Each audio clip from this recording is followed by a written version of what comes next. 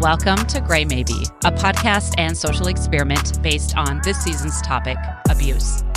My name is Jillian Schmitz. I'm a professional dancer, actor, teacher, author, artist, mother, and cat lover.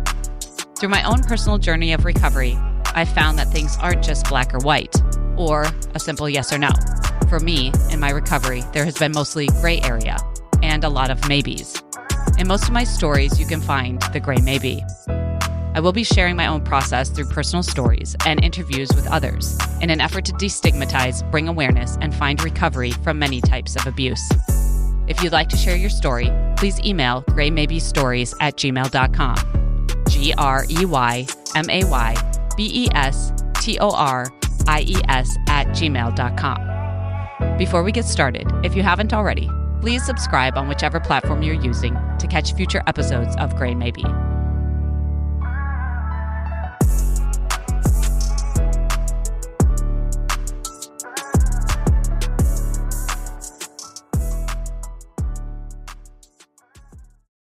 A note before we begin. My stories and the stories of others on this podcast are told through the lens of our own experience. The revelation of our process is ours to tell.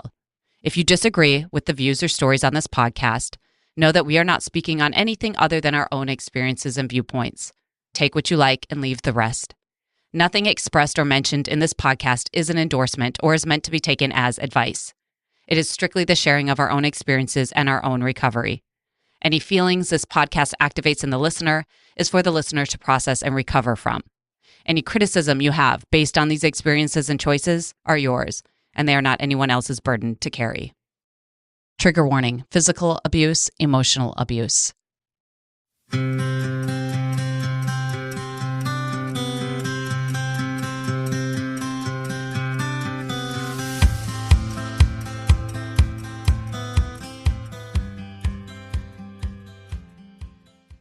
Hey, everybody. Welcome back to the Gray Maybe podcast. Thank you so much for coming back if you are a repeat listener. I love the repeat listeners and my hardcore people that have listened to every single episode. You know who you are. If you are new to the podcast, welcome. Thanks for choosing to tune in and listen. I hope you find something to relate to in this episode or other episodes you might decide to listen to after listening to this episode. Today, I have a very old friend, not old in age. We are very young at heart and in spirit. Elder millennials here, but in the building. But a friend from my youth, this lovely lady I met when I want to say she might tell me otherwise. Like, she might be more specific on this, but I think we met in a summer school program for math, and we were not mathers. We were actually the opposite of math, which is why we were made to be. I have a feeling, which is why we were made to be in this program. But it was like one of those things that I was like dreading so hard. I was like, I can't believe I have to do math in summer school because I'm terrible at math and it gives me a complex and I hate it and it's the last thing I want to do. And I showed up to this math class, which was not scary at all, by the way. But what made it actually fun and actually I had a blast was I met this young lady who was just as hateful about math, and we laughed. She was so funny. I kept laughing at the things she was saying, and then this teacher was really funny, and it was just a funny thing. And we bonded over a lot of things, our hate for math, also our love for dance, and we went, I think we ended up in middle school together. We definitely ended up in high school together. I don't know how many classes we ended up having together, but we always knew each other after that, and I always fondly have thought of this person, and I've followed her on social media over the years because she still lives in my home state of Minnesota. Shout out St. Louis Park, Minnesota, Minneapolis, St. Paul, Twin Cities. Very, very cool, hip culture and place that I very much love. So welcome to the podcast, Genna Middlebrook. That was your maiden name. So Genna Middlebrook is how I know you, but your married name is Middlebrook. Genna Middlebrook, my bad. Yeah, maiden name Middlebrook for all those who know the Z up in the SLP. Genna, you're an ASL interpreter now, which I love. Yes. Because also it's so dancey, P.S. It's like a language of dance. Yes. I think it's so cool. Yes, I think it's so cool. So please, if there's anything else you want to add to the pod, if you want to adjust my memory, which who knows what my memories are nowadays, please feel free.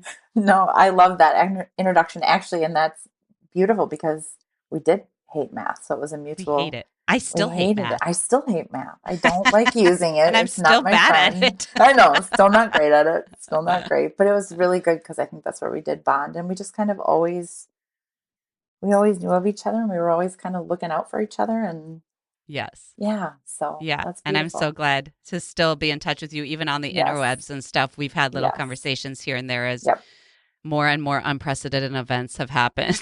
yeah. I mean, I'm very right. ready for precedented events, period. Yes, I've had enough unprecedented. I'm ready I'm for some just right. precedented events. Let's just have that happen for a while. I'd be Yeah. fine with that. Yeah, Yeah. definitely. Yeah, So, it's good to be Jenna, here. oh, I'm so glad you're willing to give me some of your precious time. Yes, yes, yes. We I put out a little feeler on the Instagram about, hey, if there's people who have been in in a certain situation in and around abuse and would be willing to speak about it, like hit me up. And you Hmm. were someone who hit me up, and we were not far from having little talks here and there in comments. So I loved that you hit me up. Um, because I do know you and I do recall a little something that I feel like you might have been public about quite a few years ago that I kind of filed in the back of my head. You know, you file things in the back of your head and you think, oh, maybe this person would be interested, maybe that person. But I don't like to usually ask people outright unless I'm really sure that they're in that situation and ready to Right. talk about it. Because I also am a huge believer in attraction rather than promotion. So like people who come to me or in my circle or like if I say something and they come with that information, I'm like perfect because that to me is kind of Wow. like the right thing versus like, Yeah. hey, will you why don't you come like I don't like to talk anybody into it. And it seems like Roderick and I on this podcast, people who we kind of seek out to do heavily, it never works out. Like something Interesting. there's like a resistance. So, but people, I mean, I source most of the people, but it's usually through like people who decide to tell me things, or people, if I throw a little feeler, will come to me with some information. So, attraction rather than promotion has been kind of the way. So, I was so happy to see your DM, and I'm again happy you're here today. Would you mind telling us, in your own words, as much or as little as you want, a little bit Sure. about your story or your experience with the broad topic of abuse? Yes. I just want a quick note though that I think that that's very powerful that that's how you run and how you do Good. things I'm because I glad think you that like it. I think that's beautiful. And Yeah. sent you the message, and then afterwards I was like, I'm not sure I should have done that. And then I Oh, was like, yes. That's the yeah, that proper was response. okay, good. Yeah. And then my husband was like, no, I'm glad you did that. That was Yeah. definitely the right thing to do. I was like, okay. So I got done with college and then got, I don't know, whatever you want to call it, a real job or whatever they say Yeah. when We you're, did real life I after guess, that. did real life. I tried to do real life. And I'm still trying. I was not sure I'm great at it, but I was working at a company, and I was in between relationships, and I met this person who very much pursued me. Mm. I, looking back, actually thinking about all this before I came to talk to you, I was kind of thinking about it a lot and just realizing, like, oh, wow, I was completely like, they found me and they were interested in me and they pursued me and they were very much like, we should try this and I think we would be really great. And so we did. And in the beginning, it was great, I thought. And as time went on, just little things started to change. Like, um, where are you? What are you doing? Who are you with? Um, and then it became just everything just kind of became about them, like what they needed in their life and how they needed their career to be, where um, how they weren't getting enough social time, how they needed to make sure everything was okay for them. And so I think it it didn't it didn't initially start out as anything that I think I was really aware of. I think as we started to get more serious, I just kind of, a lot of the friends that I was friends with just kind of stopped hanging around just because I was Mm. always busy with them. I didn't have any time for anybody else. It was kind of like, well, what are we doing today? Um, when are you done with work? Let's make sure we meet up. And so I think it just kind of everything shifted to that. So we ended up moving in together. We did get married. Um, and then we, I got pregnant and ended up having my kiddo, my oldest. And I think when I realized something wasn't okay was when I got pregnant. I think there were a million signs beforehand, but I think once I got pregnant, things just got worse. So it was, they lost their job and didn't tell me. And the way I found out was they were getting up every morning and leaving the house while I was Stop. pregnant. No, for real, for a month. Stop it. This is like a Dateline episode. It is. No, it It's like really one of is. those 2020 It is episodes, like about 2020. scam artists. Like, I what? mean, truth though, Oh Jill, my truth. gosh. Oh So my God. I don't do well during pregnancy. Like, throw up, I'm sick. So I would like Mm. interpret, like I'd walk to the place I was interpret, walk home, be throwing up, lay in Oh my bed God. Oh my as God. long as I, like as long as I could till I had to like interpret again, then get up and do that. But for a month, they were getting up, kissing me goodbye, leaving, going all day, coming home. And the way I found out was that rent wasn't paid. Right. The landlord Eventually, called you're like, the what? landlord called and goes, well, where's the rent? And I'm like, well, what do you mean where's the rent? Like, didn't we pay the rent? And so then I asked my partner at the time, I was like, well, where's the rent? Well, I can't believe you're getting so upset with me. I'm like, The what are you gaslight. talking about? What do you mean upset? Like the rent isn't paid. Like, why didn't you pay the rent? Well, I was let go from my really was fired, but Hmm. I was let go from my job and I was just trying to find a job in the meantime because I didn't want to stress you out because I knew it would stress you out. I'm like, we're ready, we're gonna have a kid. Like, You're like, I mean, now we're going to get evicted. I'm a not little I more mean, stressed yeah, now. I'm things are worse than it was, but then Yeah. it just became about like, well, you're not handling this well very well. Right. I need time. I'm gonna go hang out with my friends. So now I'm sick, like in and out of the hospital because I'm so sick from the pregnancy Mm. and like losing weight constantly. Oh The my baby's fine. gosh. I'm just not doing Yeah. great. But it's not bad. Yeah. It's not good for you. Yeah. Not good for me, right?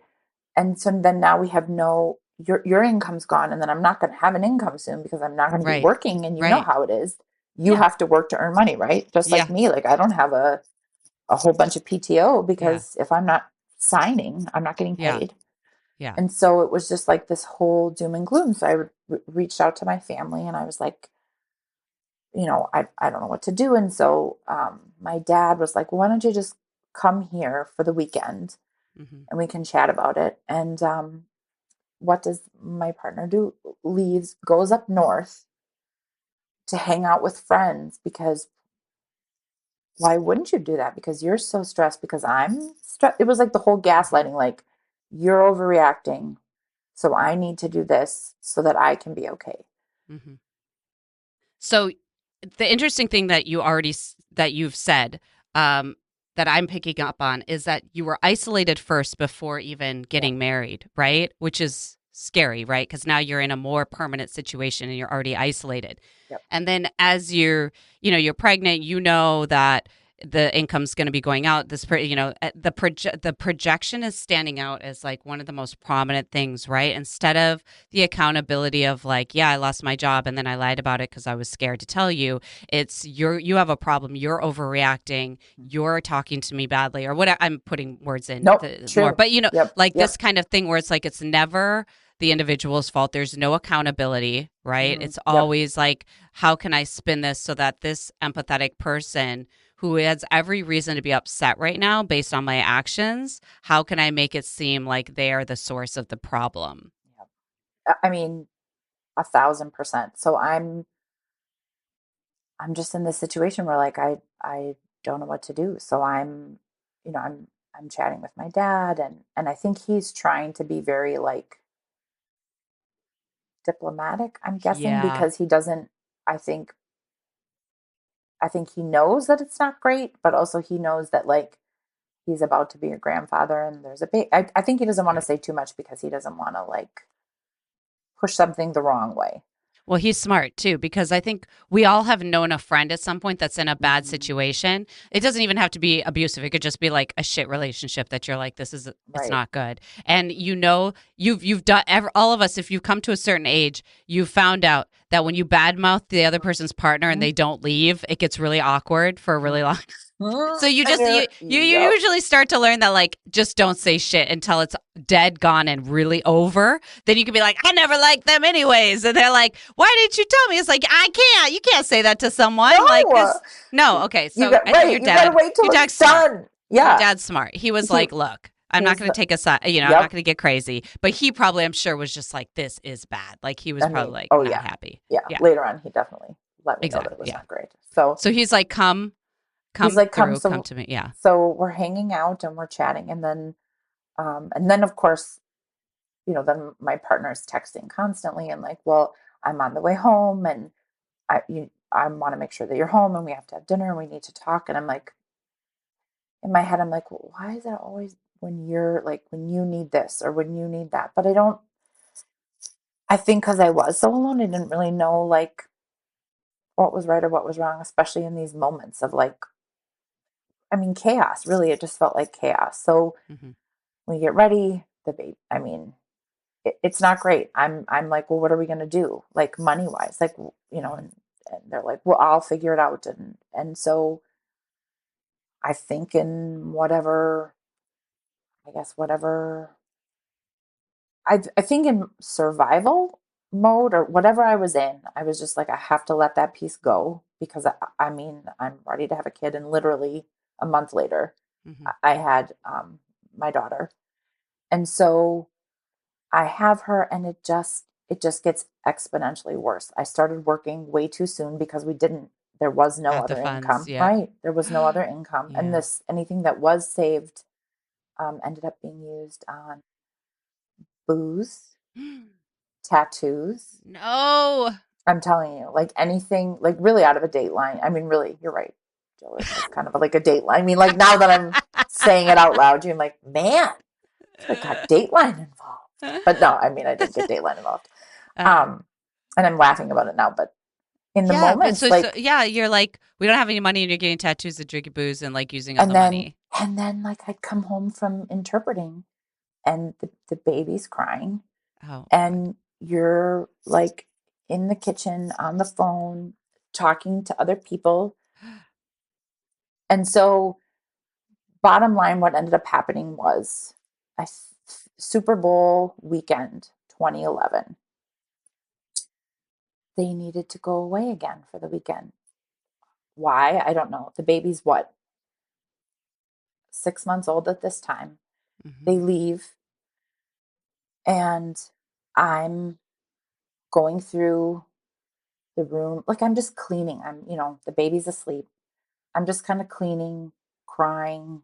What am I going to do with my life? I don't really know Hmm. what to do anymore. Hmm. And I start going through boxes and I find cards from all of these girls. Oh my God. Like, I love you. I can't wait till you leave your wife. Oh no. I can't wait till we're together. Maybe we can, maybe I can be a mom to your kid. Like, just literally, like, Oh my I God. like, right. Like, and I just start like, and then I just start crying. And then I called my friend who had stayed my friend, even though like I was pretty isolated. And I just started crying and I was like, I think I've been cheated on. I'm being cheated on. I'm, I I can't be here anymore. I don't know what else to do. Like, I don't, I love them, but I don't even know if this, like, is this what love is supposed to be? Like, what is Hmm. this? And I'm just crying and sobbing. And she says, we've all been waiting. Oh We've shit. all been waiting for you. And I just like lost it. And she's like, call your dad, call your stepmom, and let's get you out. And so Super Bowl weekend, um, friends that I hadn't seen in a long, like everybody like came out, Wow. like took down the crib, got the baby. Like we just got as much out as we could. And I left and I moved in with my dad and my stepmom. Um, Holy shit. yeah. We've And then all the been waiting. and then the texts started coming Sunday night when they came home, like Right. just horrific texts. And Yeah. yeah, so that's I don't know, the long and short of like that. So And so once you left, obviously they came home. They're obviously upset, right? And did you say anything about it? Did you just like, this is what's happening? so Was there not punishment for you leaving? Did you know, like, yes, yes. yeah, So you know, just kind of who I am. I've never been great with confrontation. Like I'm just not no, that kind of you're person. not a confrontational person. No. So the my hands were sweating and the Of like course. I'm like, I have to text and say. So I basically said, well, I found all your cards and I said, stuff I've kind of been suspicious of for a very long Yeah. time is all true.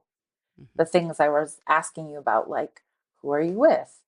Why are you constantly on your phone? Like, all of it's true. So you are cheating on me. You have been cheating on me. Hmm. You've been buying, I don't know, drug, whatever you're buying, because I mean, I found pills. I mean, just like Oh my everything that gosh. I thought was happening. And then I was like, no, it's not happening because they're saying it's not happening. So I must be crazy. I was like, it's all true. So I have nothing else to say to you. We're done. Hmm. I'm moving out. And you're not really safe to be with the child. So I will be Hmm. taking the child. And if Hmm. you have any issue with it, you can get a lawyer and figure that part Right. out. And then just, you are the worst person ever.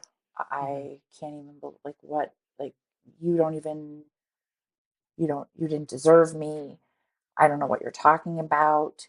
You've lost your mind. It's not Hmm. true. They just liked me and they wanted to Hmm. be with me, but I didn't do anything. Just like all the gaslighting and how you can like change that to fit your narrative because, that's what you do. And then um probably the worst text was when I pushed you down the stairs. I should have pushed you through the window. And then my dad took my phone and said, Yeah. and you're done, and we'll Right. change your Communicating. number. And I don't think that you really need to have any more engagement. So, um, yeah. And then started the whole fear of like, well, what do I do? Because the person that I married was a female. Mm. And so I had a lot of fear about like, well, I mean, equal rights. Like, just because I had the kid, Hmm. do I keep the kid away from that? Like, if Right. it had been It a makes it male, right. It makes it a little more tricky right? because of how I'm assuming you had to go about conceiving. So Yes, for some reason, that makes things even more tricky yes, legally. legally. Yeah. However, I think somebody was looking out for me because when I got the birth certificate, the person's name wasn't on it. So, however, it got Stop filed. it. I know. Really, now I'm like, why didn't I go to Dayline? Jill, I should have gone to So Dayline. good. But I went to you. Dateline. I was waiting for 2020 you. at least. 20. I mean, I I'm mean, better than Dateline in you're 2020. Let's better be than that. This honest. is why I I'm more waited. niche. I'm less populous, but like But better. It's for such a now. better For now. interview. I mean, this is going to take off. Then that, right. Big time. But my stepmom said something to me that kind of just like, I don't know, like rattled me. She was like, well, somebody was looking out for you. Like, Hmm. because now legally, what Yeah. is she going to do? And like, Yeah. and really, what are you worried about? Because now you can heal and you Hmm. can also realize that this, whatever happened to you. Hmm. And now it's your job to heal and do better. And if she really comes at you with whatever, like you have a sea of people that will attest to the fact that she should not be alone with this child Right. at all. And so I think for me, the loss of stuff, like, I mean, I left most everything I had. Like, I left with what I could leave with because I didn't want to have any more. I just, Interactions. Yeah. yeah, I was just done, Jill. I just Yeah. realized at that point, like, I can't do that to this kid. I can't do that to myself. Hmm. And what am I going to stay for? Like the next time, I mean, you probably will push me out the window. Like you probably Yeah. will do something that, well, how will we come back from? Or how will I come Yeah. back from? Yeah. So, And you can't fix it. There's no fixing yeah, people. I Yeah. can't. I Uh, tried. yeah. Oh, yeah. I'm I sure you did. did. Yeah. Um, so I'm hearing in your story, like, it kind of checks all the boxes as far as like there's a physical aspect of abuse that was present. There's obviously emotional. There's financial, and not in the way that people usually think, just money when they say financial abuse. Which I'm so glad this is becoming more the narrative. Like it's diversifying what abuse is. So people are now starting to learn that financial abuse is a thing. A lot of times, though, I think they think financial abuse is just like someone's keeping money from you. I think that's very common in an abusive relationship is that someone who wields the power of the relationship has the money and they're the one distributing it and then they can withhold it and make sure that Mhm. people don't have money and it's another way to control someone, which is true and I think happens often. But then Yes. there is also this side of abuse where someone is not financially contributing to the Yes. relationship and it becomes abusive, right? Because now you're fending for yourself, you're not having everything you need. You're it's like it is an abusive attribute to the relationship. Like just because one is taken away and one is never given or one is, it's all kind of the same thing. So there was a physical aspect, there was an emotional aspect, there was a financial aspect. Um what and I'm sure there's more if we want to get into it. What do you think for you, which was the worst part? Because I know for me, in the relationship I talk about in the first episode, I think the worst part for me was the uh, the project, like some of the psychological abuse of like the projection stuff, right? Like it's you're the one, you're the Yeah. and you're the problem. It's your fault that this is happening, and then Yeah. also like the abandonment because this person would like just leave me places and like take off and I wouldn't even know it. And then it'd be like an hour or 2 hours. This is in the 90s. So I was like, I didn't have a cell phone or you weren't really supposed to use it unless there's an emergency. And like, how do I describe that, or how do I defend that with my parents? Like if they see me use all these calls, cause that's how you could, you get your bill cause you see the Yeah. calls on it. And so like everything was a little more transparent, like in Yeah. that way. So it's like, there was no Uber. So how do I get home? They have my Right. car. Like there's so many things that I was just like, I don't know how it put me in such an absolute victim position of I can't take care of myself in this moment that when they would finally show up, I was just so happy that they showed up. I Yeah. would be pissed, but then they'd wait just long enough that I would become desperate and then they would show back up and then you're like they're your savior in the moment even though they created the problem to begin with. Um And so that was some of the most damaging shit Yeah. for me because I still very easily will take responsibility for things that are not mine. That's also from growing up in the household I grew up with and just like my temperament and a lot of things like that, right? Yeah. But Yeah. I'm susceptible to that. And then I'm also really often paranoid that people are going to leave me, that things are going to leave, that really has kind of stuck around. And it's weird because it will happen at the weirdest times. Yes. Like, I've been with my partner for like 15 years. They've never done anything like that. But every once in a while, if they're gone for too long, I'm like, well, they just like they left and now I have to figure it out on my own. Like, Yep. it's very weird. So, Yes. that's a long introduction of a question of like, for you, what was the worst? Because some people might be like, getting thrown down the stairs was the worst, but I have a feeling it's probably more psychological. But please. I just that whole just sorry, what you just said was I identify a lot with that. I think that that's still my biggest problem. Like you were just saying, like 15 years, and like my husband and I now, what, we've been married 10 years, and I still will. Last month, I was like, "What if you leave and then I have to do this all on my own?" And he's like, "Where am I going?" And I'm like, I don't know." And it's still such a messed up thing. Like I still have those moments of doubt of like, and I think because I was left. because Mhm.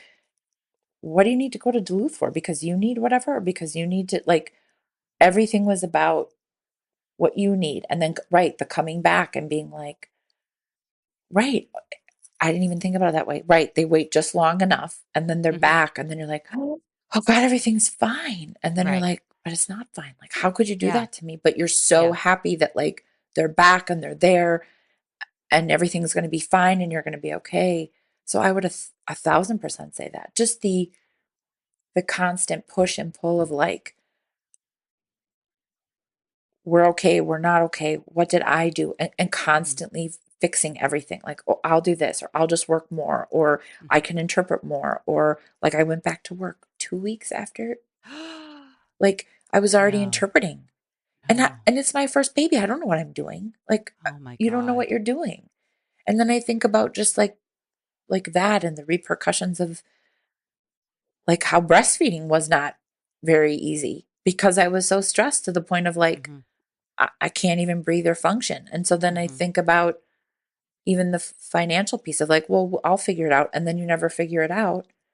Well, so then I'll just keep trying to figure out everything. So I think Yeah. it was that constant. So yeah, I mean, pushing me hurt, Yeah. but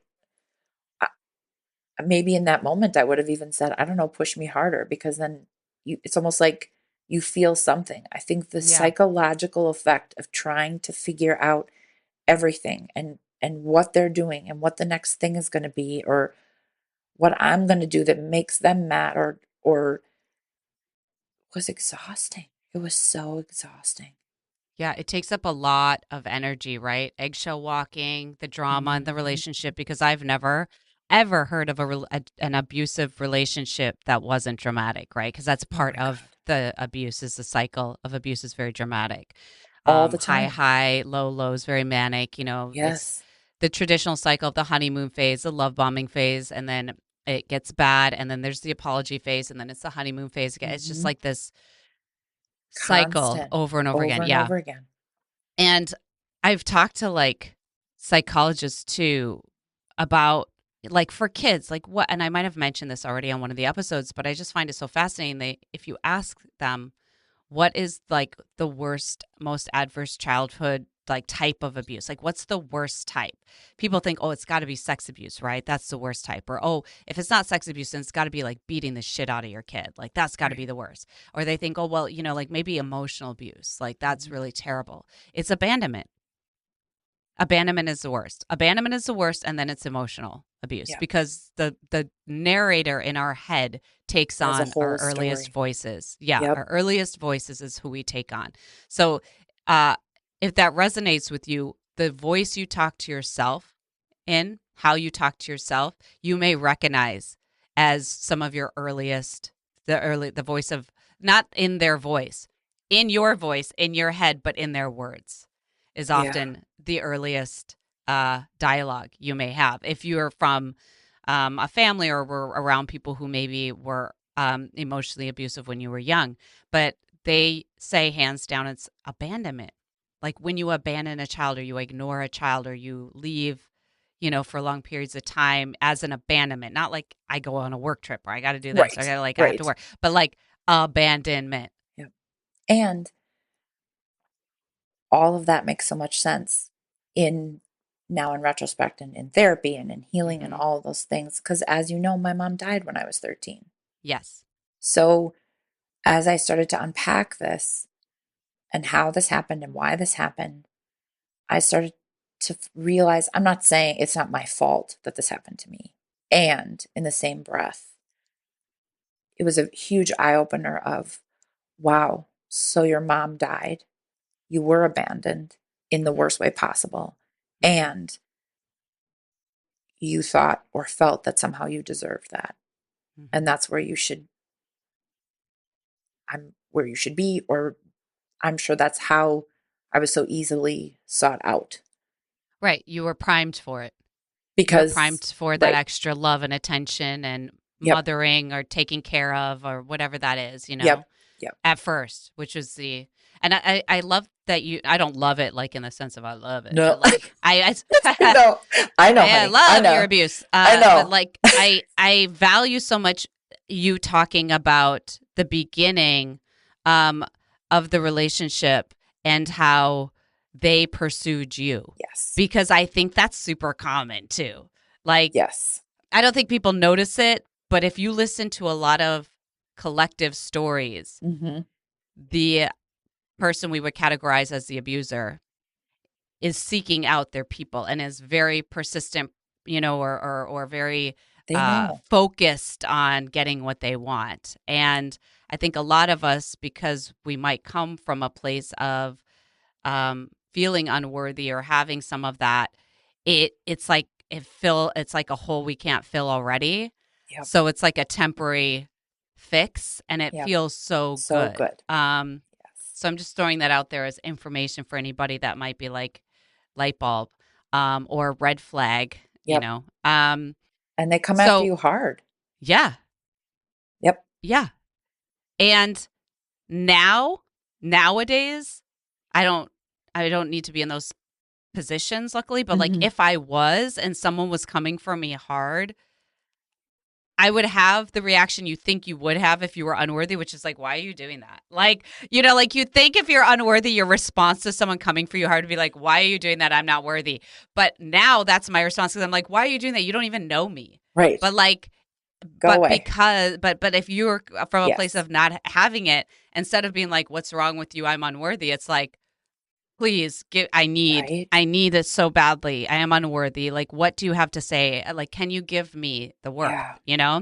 So Truth. I think it's really important that you said that at first, because I think that's a through line that people Yeah. maybe don't put together right away, and can be something that to look out for Oh people yeah. who might find themselves susceptible, or maybe are in the beginning of relationships right now and you're hearing this and you're like, ding, wait a minute, hold up. Did I just hear that? Mm-hmm. Yes, that might be happening. Yep. You mentioned therapy. Oh yeah. I'm so glad you did, because Oh yeah. I don't love therapy. Like, I don't love going. I don't think people might not misunderstand my relationship with therapy. I do not like therapy. I try to get out of my appointments like every week. I'm constantly like, oh yeah, I think I can't do that. And like, luckily I my love you, therapist just Jill. kind of like, like she's like, well, let's try the next week. Can you do the next week? And I was like, yeah, I could do the next week. But like, Maybe. yeah, if there's any way I can get out of it, I'll get out of it. And I will also not talk about anything that bothers me for the first 45 minutes. And then And the then I'll drop last a 15, you bomb do right at in the the last last. 15. Yeah.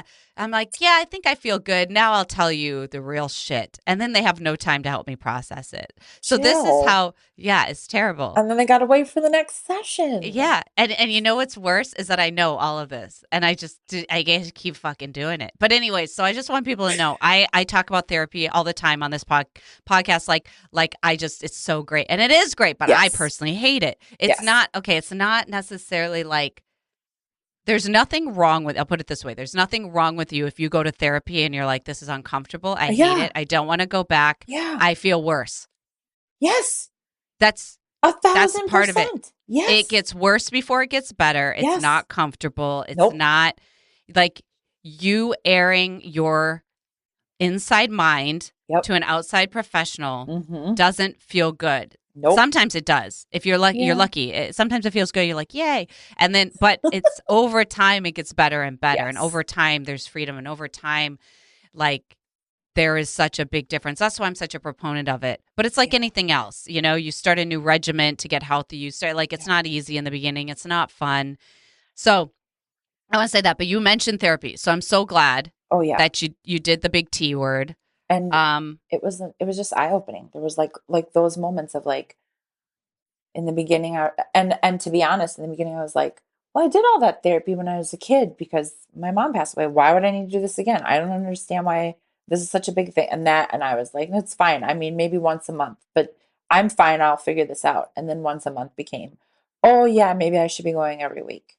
And then just a lot of unpacking of like, how did this start? How did I get here?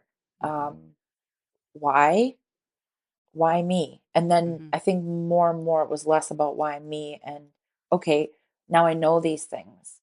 What am I going to do differently now? And how am mhm, I going to live my life differently?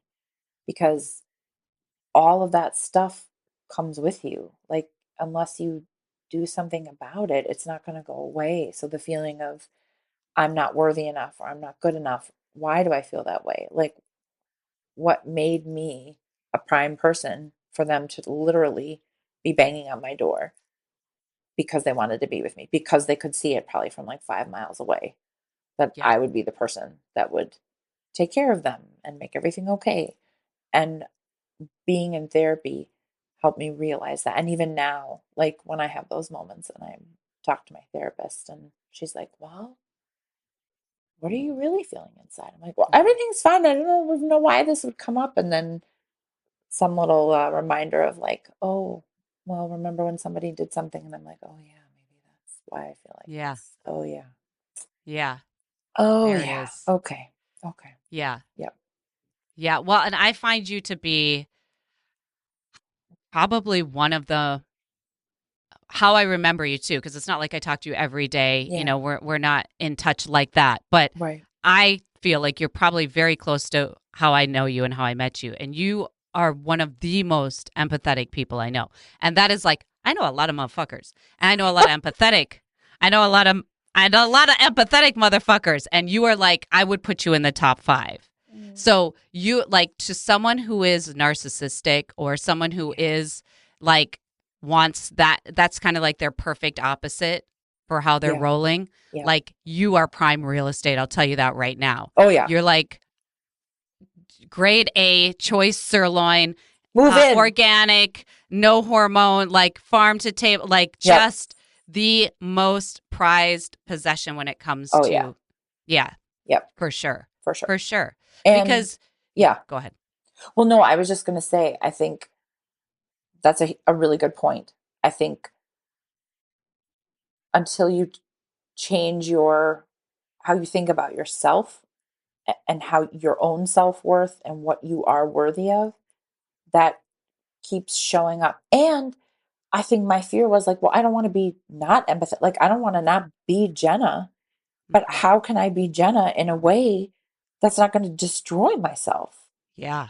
Because Yeah. you can't destroy yourself for other people. And I was like, I was literally, sure, I'll do that. Okay, sure, I'll do this. Okay, I'll Hmm. lessen myself so you can be bigger. Like, I will do all these things to fit you. But what's left of me? Who am I? I don't even know who I am anymore. Yeah. I think that's a common thread, especially when people become enmeshed, Yeah. right? Or people are highly empathetic. Their boundaries keep chipping away, chipping away, chipping away, chipping away until they don't know who they are anymore. Yep. And also, they're now in like a codependent situation where, Yep.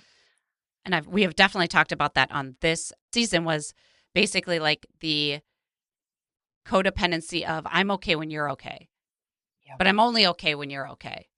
A That kind of like 1000%. reflective mirror. Yep. Um, which is seems to be kind of a reoccurring factor.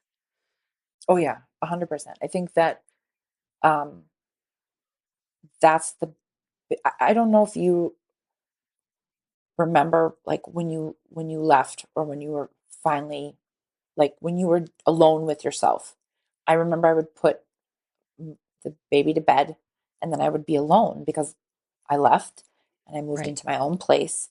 And I just remember being alone in my apartment and my baby was sleeping and I would just be like sitting there like I don't know what to do. Like I'm and I couldn't read, like I couldn't read books because I couldn't like calm down enough to read. I couldn't like I didn't even like what did I like? I didn't even know what I liked, what I wanted to do, who I was. So it was literally relearning my whole self. Like, oh, I still like dancing. Oh, I actually do like to read. Oh, what kind of things do I like to watch? I don't even know. Oh, I like going for walks. Like you don't even know who you are. Like you don't know how to identify your own self. It was literally finding out who I was. And really looking back, did I really even know who I was in college? I think I just kind of like was drifting through life and I Mm. had no idea of who I was. Um, so yeah, that was a big piece of just the healing process, which I feel like I'm still healing, I'm sure. Yeah. I thank you so much for sharing that aspect of it. because that is also super common. It's people who get out of these types of relationships. It's like getting out of a cult. Like you don't you it's a similar type of Yes. brainwashing, and until you've been in the situation, I don't think people fully can grasp it, that it happens really slow, really Yep. like so slow that you can't see it as it's happening. Yes. And because if it happened off the bat like this, it's like anything. If something that has something wants to take ultimate power, it has to go in little small increments. Yep. If someone just all of a sudden kidnaps you and pieces out, you're like, this is wrong. But if you slowly introduce ideas and slowly uh, break down, oh, that what you see is not actually what's going on.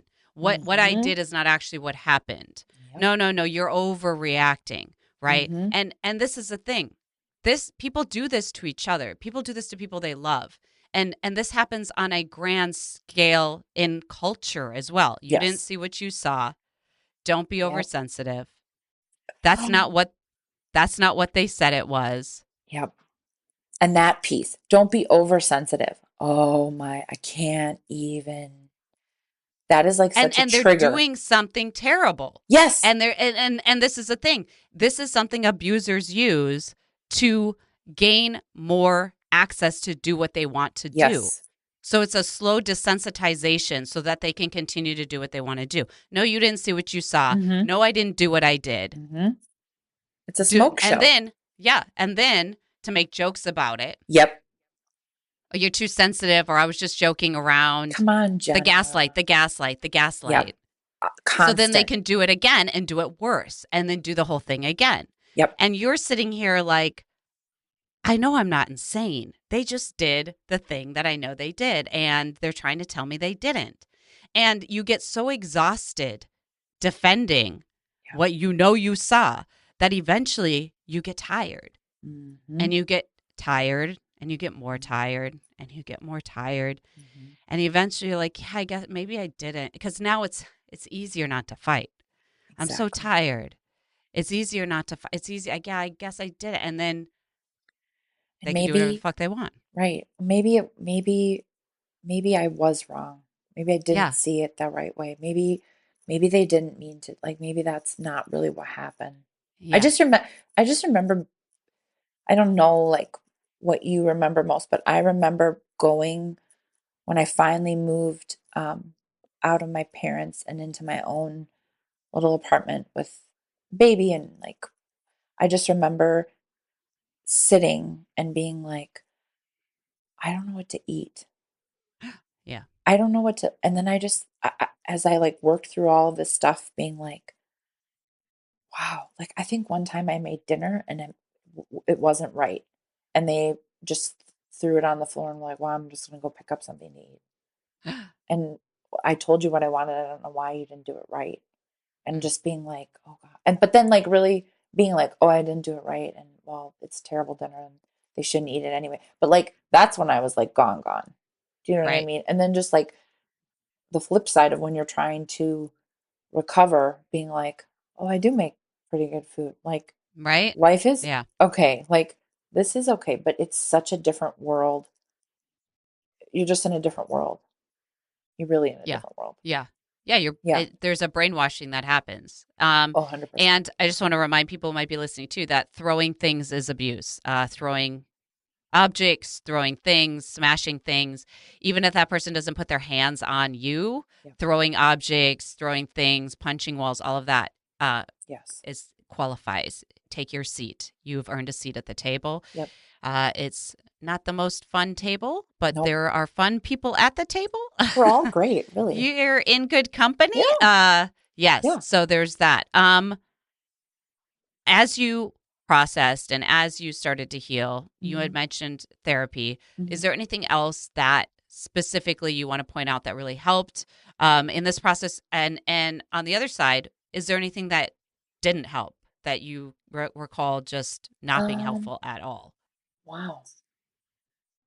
I like that question because I feel like that's, you don't get asked that a lot. Like, what didn't help Right? you? That's a good Yeah. question to think about. Um, Therapy was wonderful. I think time. I think it just took a Hmm. lot of time and a lot of patience. And I had a friend who would always say to me, because I say sorry a lot. And I think it got much worse after I left. Oh, for sure. I'm I mean, because sure. it just, it just happens. So sometimes I would say, oh, I'm so sorry. I'm sorry. And she'd be like, Genna, you don't have to say sorry to me. Like, if it makes you feel better, that's fine. But there's nothing about what you said or did that deserves an apology. And so I would just be like, oh. And she's like, and I'm not saying it to be mean. I'm just Hmm. telling you because I feel like you've said sorry most of your life and you don't Hmm. really need to say sorry. And so I think um, it was just choosing a really good village. It was finding Hmm. people that um, loved me for me. And also, I don't know if it's true for you or for other viewers or how it works for other people, but for me, I realized finding my village came very much later. I think the people Hmm. that I found earlier in life didn't really understand me, and so it took me a while to find the village that I have now. And a lot of the people that knew me when I was in the abusive relationship, I don't really have close relationships with them anymore, just because a lot of Hmm. them ended up like saying things to my ex that would get back to me or try like that kind of Right. stuff that was not cut off, and people were not would and people would make excuses like, oh well, they were stressed about what, like what, their whole life was handed to them by me constantly. They weren't stressed, but anyway, so I had to I had to have a lot of boundaries. I had have a lot of strong boundaries. I had to also just let a lot of things roll off my shoulder Mm. that is not something I'm great at, and have it not matter. Like, you Hmm. can be mad at me and you can have your own story in your head of who I am, but I know who I am. I know what I went through. And so this is how I'm going to choose to live the rest of my life, because I want to show my daughter, and I have another daughter, that this is how you live your life. You are allowed to be who you are. You are allowed to stand in your truth, and you don't need to apologize for who you are. So there were a lot of people that felt I should have done things differently, and I should have given them a chance to have a relationship with it, just lots of different things. Right. And I also said, nope, this is how we're going to move forward. And Yeah. so made a lot of decisions that a lot of people are very happy with. And there's also, I'm sure, a lot of people still that are not very happy with the decisions I've made. So, Yeah. I'm sure too, the longer people have been in a relationship, uh, people on the outside that are not privy to all the ins and yep. outs of that relationship are probably going to have some pretty strong opinions, right? But they're not in it. They don't have to Mm-hmm. deal with it and they haven't been through it. Uh, and what I've noticed is, when you stop people pleasing, people are not pleased. And sometimes people very much rely on certain relationships and things in their lives. And then when that changes, Mm-hmm. it's not so much what's best for the people involved, it's what's best for how they move about life, like, Yes. oh, well, this is different now and I don't know how to deal with it. Yep. And instead of saying that, like, I have to recategorize how I Yep. interact with both of you. Like, if someone was friends with both of you, I have to figure out now how I'm going to interact or not, or what Right. I want to do. Yep. It's like, well, why didn't you keep this fantasy going for me? I was having such a good Mm. time. It worked out great for It me. was great for me. It's like, yeah, no shit, because you're not in Great. it. But But right. yeah, You didn't live this daily. But yeah, yeah, yeah, exactly. Like, I have to move about the world differently. Okay, figure that out. right? That's not my Sounds like a job. you problem, Yeah, right? Sounds not like a you me. problem, which is You. not easy for you and I, Oh because no. you problems are our problems and we're going to fix it. Right. Wait. Give Oh, me a problem. I'll I fit. fix Nope. it. I'll Not my fix it. job I to got fix it. it now. Right. Yeah, that's Right. so good. Yep. And that's a boundary, and that's a personal boundary. And I like to call them emotional boundaries, which is one of the things I started going to therapy for. How I voice it was like, I want more emotional boundaries, meaning I want to feel more in control. Huh, imagine that. I want to feel more in control. I want to feel the Well, no, control is not my us. drug. I Control is my mean, drug. It's my that's favorite drug. us, right? Yes, But it is. I felt like I didn't have a protective balloon around me that everything could permeate me all the time, Yeah. right? That Yeah. everything that happened and everyone was able to like break my bubble and affect me in a way that was not conducive. And Yep. so I felt like there was something inherently really wrong with me, and I worked on that. And now I feel very much protected, and I kind of like let in what I need to let in, but I have like this it's like I can see it. It's like a bubble around me, like a and it's like porous like a bubble. If you touch a bubble, it'll pop. Mine doesn't pop, but it things can come in and then things stay out. Yeah. You got to do some upkeep to keep this bubble, but it is a really nice emotional boundary that I've started to create. And you just mentioned boundaries. And I want to say that sometimes, or a lot of times, but sometimes I guess, anger is a symptom of your boundaries being crossed. Yeah. So when something happens and you get angry, a lot of times it's like someone or something just crossed your boundaries. And so it's nice to, if you're like me and you get angry, you just see it's blind rage and you can't see anything else. So, but what I'm trying to do is in those moments, acknowledge the anger, be not have a feeling about it, just this is the advice of my therapist, can we not label the anger as good or bad? Can we just acknowledge it as just it's anger. It's just anger, it's rage. But then when I've cooled down, I can look and be like, what happened to make me angry, obviously, but what boundary was crossed? Yeah. If that's what it was. And then what is, going forward, how can I protect, or what kind of boundaries are for you? They're not for other people. 100%. People think boundaries you make for other people, rules for other people to follow. No. But really it's for you. It's to how to protect yourself, right? I have a question. Well, I never get a question. Give me a question. Okay, I want a I question. have a question for you, Jill. So for me, I was never good with anger. I don't know if you remember. I was just not an angry person because everything was always fine. And then after all this happened and then all this healing, I'm mad. Yeah. I'm mad about a lot. Yeah. Did you run into that? Now I'm like, ooh, this is anger. What the fuck? What is this? What are we doing? And I just, why do I want to set things on fire? Yeah. I mean that. Yes. I mean, okay, so I have theories. I have my own. This is a good question. So I, fortunately or unfortunately, have had anger my whole life. Okay. I feel like I take after my dad. We're both super hot-headed, super easy to get into anger, but I was not allowed to be angry. So I felt anger, but I was not allowed to express or have anger. So because that was, for some reason, only my dad was allowed in the household to express his anger. Yep. Okay. And so that manifested in me never really being able to express how I felt about anything. Because when I would try, I would cry because I couldn't express myself because there was so much anger, or I wasn't of the practice of expressing myself because I wasn't allowed to, because the big emotions weren't allowed, right? Yeah. The anger was cut off right away, absolutely not. You're not allowed to act like that. And then the crying was always you're not going to be taken serious now. No one's going to listen to you. What are you doing? I'll give you something to cry about, that kind of thing. And then, so it made everything really difficult. But I do think that unexpressed anger for me manifested in depression a lot. Okay. In and out of depression. Fair. So oftentimes, if I'm kind of going through a bout of depression, there's a probably good chance that I've probably got some undissolved anger or some misplaced anger, some anger I haven't worked through yet about something. Because anger is my first response, but it's not a first emotion. My knee-jerk reaction is to be angry, but usually it's because of something else. I'm hurt, and now I'm angry. Right. So, yes. So there's that kind of thing. But also, I want to add that it is not okay in our culture for women to be angry. It's still not. That's so true. And it's not okay for Midwestern girls to be angry. You have to be nice. Yep. Minnesota nice is a thing. It's our fucking banner, right? And good girls are nice. And I think that's why girls gossip so much and become so psychologically terrible to each other, is because they're not encouraged to express their anger or violence. Women are not allowed to hit each other more than boys are. Boys are literally trying to kill each other, and it's they're roughhousing, they're playing. That's how they relate. They're just boys. They play rough, right?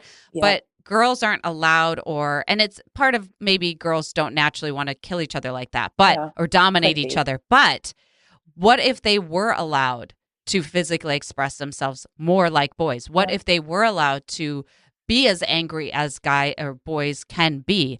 Would there be as much of this gossip and psychological, manipulation that goes on? Because it's got to go somewhere. So I don't know if that answers your question, but I am definitely getting more and more in touch with the anger. Yeah. And I think, too, it's one of those things that, like, if you don't get a handle on it earlier, you're going to definitely deal with it as you get older, Oh because yeah. I think women's hormones start to scramble Oh, and get all, they're and all that, over the like, place in the yeah, 40. Yeah. yeah. And then now it's like there's anger that just comes with hormonal shifts as Yep. well.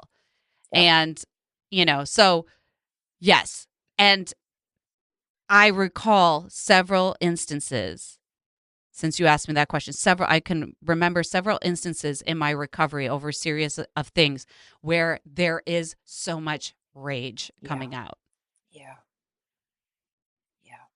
Like the rage I feel moment to moment of either like postpartum or this or that is like pales. It's short and it's intense, but it's short. It's like Yeah. short lived to some of the rage episodes I've had in processing some of the stuff. And just like thinking about like what you allowed, Yeah. to be okay. And I think for Hmm. me, hormones, like just all of that, I think as I've gotten older and as I've looked back at what I allowed, what happened to me, what I allowed happened to me, what I made okay, what I like, all of it, I just see all this anger that I never allowed in. And now that you also brought up the whole Midwest thing, right? Hmm. You're not Minnesota nice. You have to be like nice girls and da da. And then I think about that too. Like, what does that do to girls? Like the other day, I just said to my youngest, "Are you mad?" Yes. Okay, that's okay to be mad. Just be mad then. Hmm. Be mad because I don't think we were ever allowed to be mad. No. So whatever was happening to me and however you're making me feel, I got to figure out how to make everything fine still, to still be okay, to still do all these things. No, Hmm. I can be mad and Hmm. you can be mad and girls should be mad, period. Like, Yeah. how do you allow, where does that go? It has to go somewhere. And then you eat Yeah. yourself alive Yeah. or you It end up goes to autoimmune disorders. autoimmune and fibromyalgia. I mean, Yeah, yeah, yeah. let's just start. Right, right, exactly. Yep. All of the It's things. got to go somewhere. It's Yep. got to go somewhere. Yeah, I agree. Yep. Um, Man, that's good stuff, Genna. That's good stuff, Genna. Jill, I love you. It's so good stuff. Ugh, I know. it's good I to love talk about. talking to you. I love talking to Dude, you too. you made me laugh so hard when I was a kid, like just pissing my pants laughing. That's all I remember. That's all I Oh remember. It's God. just you made me laugh so hard all the time. Um, okay, I have one last question for Do you. it. Yes. Okay. I could talk to you for many more hours, but Yes. I I'm love trying to this. keep the podcast nice and tight Okay. No, I get um, that. I get that. for timing. Yeah. Now, I always say on the podcast at the end of every episode, we don't give advice, but we may give suggestion. Okay. So, is there any suggestion you have for someone who might be suffering from an abusive situation right now? It's okay. It's okay if you're ready to leave now. It's okay if you're ready to leave in 5 months. There's no, you may feel a pressure, but leave when you can do it safely. Reach out for help. I think time. I think when you are ready and you're able to leave, you have to give yourself time. I think that you have to learn to love yourself and really fall in love with who you are as a person. And I think that's something we don't really talk about in society, that we are amazing human beings and giving ourselves time to figure out who we are, discover that. There's no race to the finish line. You do not need to, you being with somebody else should not be your self worth. You are Mm-hmm. enough. And if somebody's hurting you in any way, shape, or form, you don't deserve that. Mm-hmm. And you leave when you're ready. Like, I can tell you to leave, but until you're ready to leave, that's when you'll leave. Like, I think, Mm-hmm. people are like, oh, you have to get out or you have to, like, absolutely. And Mhm. financially, I mean, for all the things we talked about, Yeah. Yeah. financially, emotionally, there's all these Yeah. different factors, and we just never know where someone's at and if they Right. can leave in a safe way. Yeah, it's like I say this a lot that it's hard to change, and that's if you want to. Right? Imagine if you don't. Imagine if you don't want to like you're not ready to change yet. It's Yeah. already hard enough. It's hard to change anything. It's hard Yeah. to remember to take your freaking vitamins every morning, Ugh, let alone, right. change the what you're comfortable. It doesn't mean you're Mhm. happy. There's a difference between comfort and happy. Like Yep. changing if you're comfortable meaning you have a house, you have your things, you're in a comfortable situation. You may not be happy, but disrupting all that is hard and it's a Yeah. lot of change. And if you're not ready for that change, and honestly, no one's really ready for that type of change, No. but you're ready to make the effort to get out to make the first step. But Yeah. someone has to be truly ready because, like you said, you can tell people, hey, just get out. Yeah, why don't you leave? Why don't you leave? It's like, it's not that easy. If someone's No. not ready, it's not going to happen. It's like someone going to a treatment center for drug addiction. It never works unless they're ready. Yeah. It's already hard when they're ready. Right. They've got everything against them. Yep.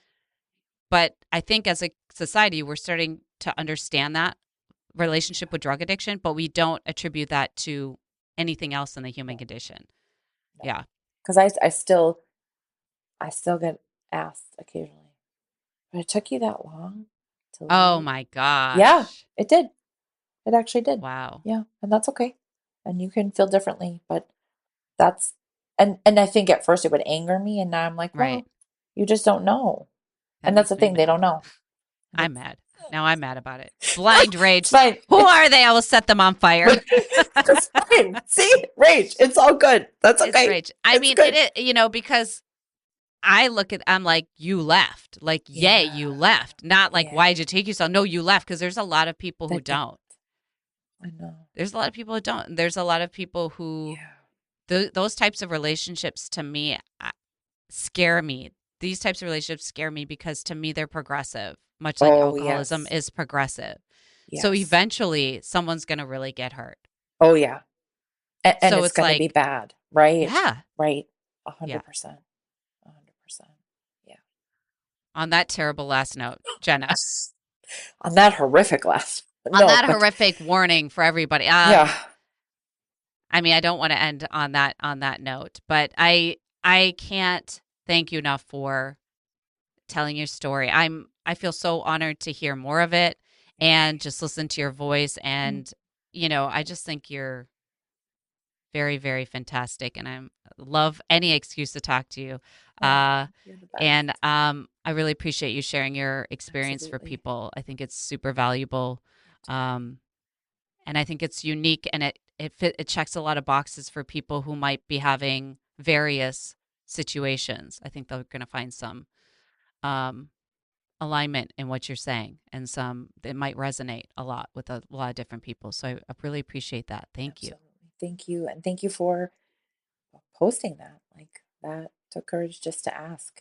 I think that was good, and I'm glad I said yes. And I'm so thankful to be here with you. Thank you. Yeah,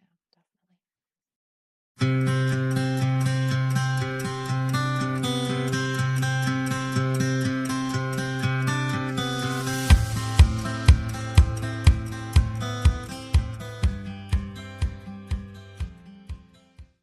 Genna is one of those people that are just memorable in all the best ways. Her spirit, her demeanor, her mind, and especially her laugh. I mentioned to her in our correspondence that I wished I had stayed in better contact with her during our school years and after. I had a hard time finding a secure sense of self back then, probably due to the way I metabolized the way I grew up. So it was hard for me to keep consistent friendships throughout my elementary, middle, and high school years. Of course, Genna was so gracious in receiving this information because, to me, Genna has always been consistently love, kindness, empathy, which probably made her an ideal target for an abuser. So much of her story runs parallel with my own. It's painful to know someone else has had to endure it, but less so because I don't feel alone. In Minnesota, Speaking in idioms is almost as ingrained into our language as the infamous Fargo accent. Genna is what we call salt of the earth. If you've never heard the term, it basically means admirable, commendable, exemplary, respectable, just a really good person. I'm honored she agreed to take time to join me and share her story on Gray Maybe. If you're listening to this episode and you have or are currently experiencing abuse, I'm sorry and welcome. I hope this helps your journey. You're not alone. Just a reminder for anyone who needs to hear it. The definition of abuse is when someone causes us harm or distress. It can take many forms, ranging from disrespect to causing someone physical or mental pain. It can occur in someone's home, a care home, a hospital, or a public place. Often, the people who commit abuse are taking advantage of a special relationship. The legal definition of abuse is as follows. The term abuse means the knowing infliction of physical or psychological harm, or the knowing deprivation of goods or services that are necessary to meet essential needs, or to avoid physical or psychological harm. You don't need to have been punched in the face or sexually assaulted to experience abuse. Know that whatever you are feeling, there are those among us that have probably felt it too. You are not alone. If you're listening and you have someone you love in your life that is enduring abuse, you are also welcome. You are also not alone. It's hard to watch someone be hurt and feel powerless to help them. I've included various links in the show notes for help and support. If you made it this far, thank you so much for listening, and I hope you were able to find something relatable in today's episode. If you'd like to show your support for this podcast, consider donating on Spotify, or rate, share, comment, and subscribe. As I mentioned at the beginning of this podcast, this is also a social experiment to see if in telling my stories, I can embolden listeners to share their stories. If you'd like to share a story on this topic, anonymous or otherwise, on the podcast, please email greymaybestories@gmail.com. GREYMABESTORIES@gmail.com. Thank you to everyone who helped make this Gray Maybe podcast happen. Producer and editor Roderick Barge. Cover photo by Jose Perez. Music licensed by Pixabay. Special counsel Jada Ellingham and Roderick Barge. Special shout out to supporters Patty Olgan and Jeremy McCullum. Until next time, bye for now.